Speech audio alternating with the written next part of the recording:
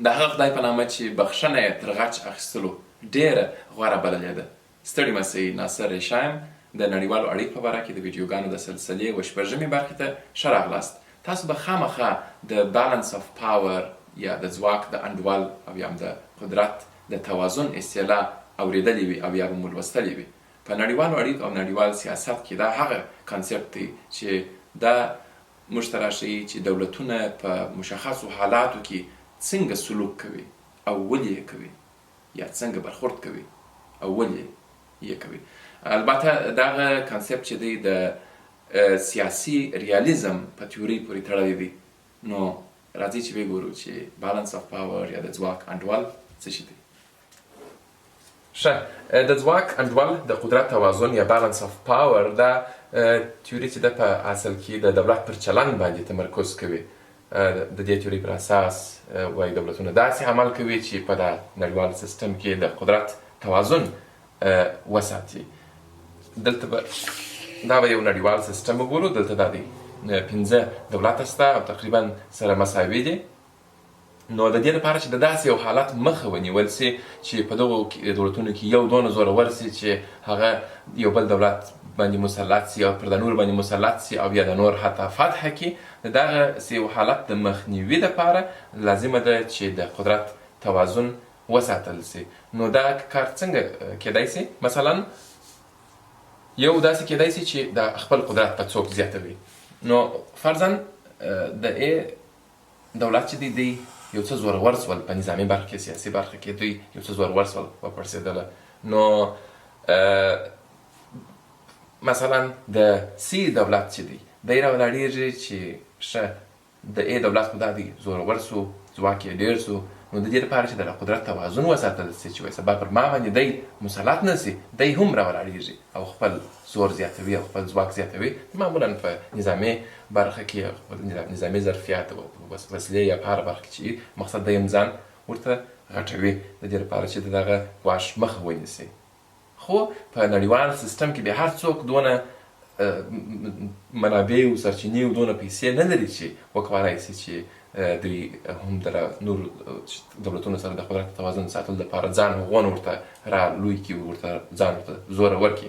نو بله لار بیا څه شي ده؟ هغه دا ده چې ائتلافونه سره کېږي. نو مثلا که د ډي او د ای هیوادونه دوی بیا کمزوري هیوادونه وګورو، دونه منابع نه لري، نو دوی به وایي چې موږ به د خپلې منابع به سره وویشو، سره شریکې به کړو او په دې ډول به موږ هم یو ائتلاف به رامنځته کړو، جوړ به کړو او په دغه ائتلاف په وسیله سره به موږ دغه د توازن د قدرت توازن به وساتو چې سبا ای یا سی پر موږ باندې مسلطه نه سي. نو دوی هم راولاړېږي او لاس سره یو کوي او بیا هم په دا سیستم کې، نړیوال سیستم کې یو توازن د قدرت توازن ساتل کېږي.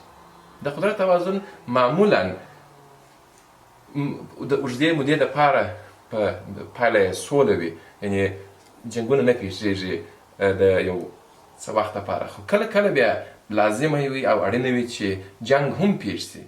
مثلا په کم حالت کې فرضاً د ای هیواد راولاړېږي، دغه دولت راولاړېږي او پر ګوري چې د بي هیواد چې دی دا کمزوري دی او ملګري هم نه لري، نو پر دې باندې غواړي چې حمله وکړي او ونیسي او د دې د ټولو منابعو هم استفاده وکړي او ځان نور هم زوره ورکړي.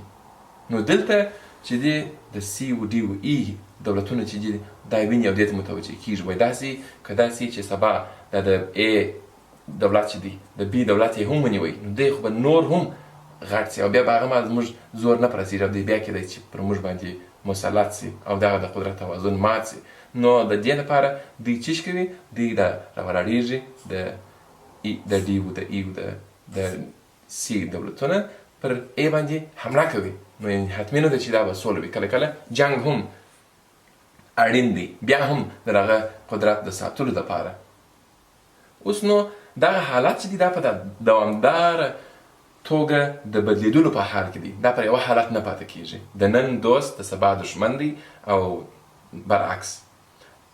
د هغه اصلي شی چې دا ټاکي چې څوک د چا سره یي، څوک څه شي وکړي د قدرت د توازن د ساتلو لپاره، هغه دا دی چې د چا څخه څونه ګواښ متوجه دي و دا نورو ته، یا د کومو کسانو سره، کومو لوبغاړو څخه څومره ګواښ متوجه دی.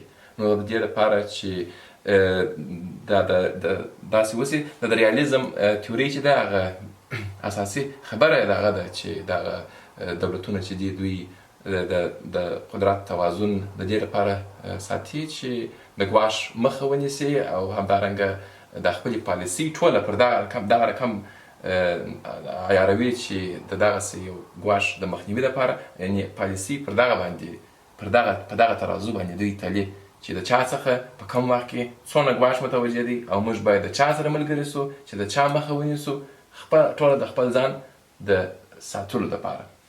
اوس نو دا د نن په سیاست کې د نن نړیوال سیاست کې هم خورا اهمیت لري. ګورئ په تاریخي لحاظ که تاسې وګورئ د ډېرو تاریخ پوهانو په اند باندې دنیا یو وخت ګڼ قطبي وه. مثلا په اروپا کې لوی قدرتونه وه، په د دنیا په نورو برخه کې لوی قدرتونه وه. نو د دنیا چې وه په هره سیمه کې لوی قدرتونه وه، دې ته ګڼ قطبي یا مالټي پولر ویل کېږي. خو د دوهم نړیوال جګړې وروسته بیا دنیا چې وه په دوو لویو قطبونو باندې وویشل شول. یوې خواته چې و د شوروي اتحاد و او دا کمونیستي بلاک و، او دا بل طرف ته امریکا او غربي نړۍ وه. تر سړې جګړې راوروسته چې کله شوروي اتحاد مات سو، دنیا چې وه هغه یو قطبي سوله، یعنې امریکا یکتازه پاته سوله او د یوه هجمون په توګه رامخته سول.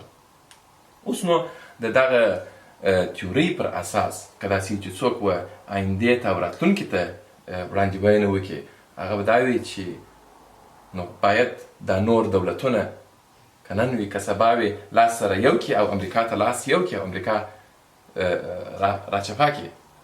البته په اوسني یا معاصر نړیوال سیاست کې دغه پوښتنه یو خورا لوی بحث جوړ کړی دی. ستاسو د پاملرنې څخه ډېره مننه.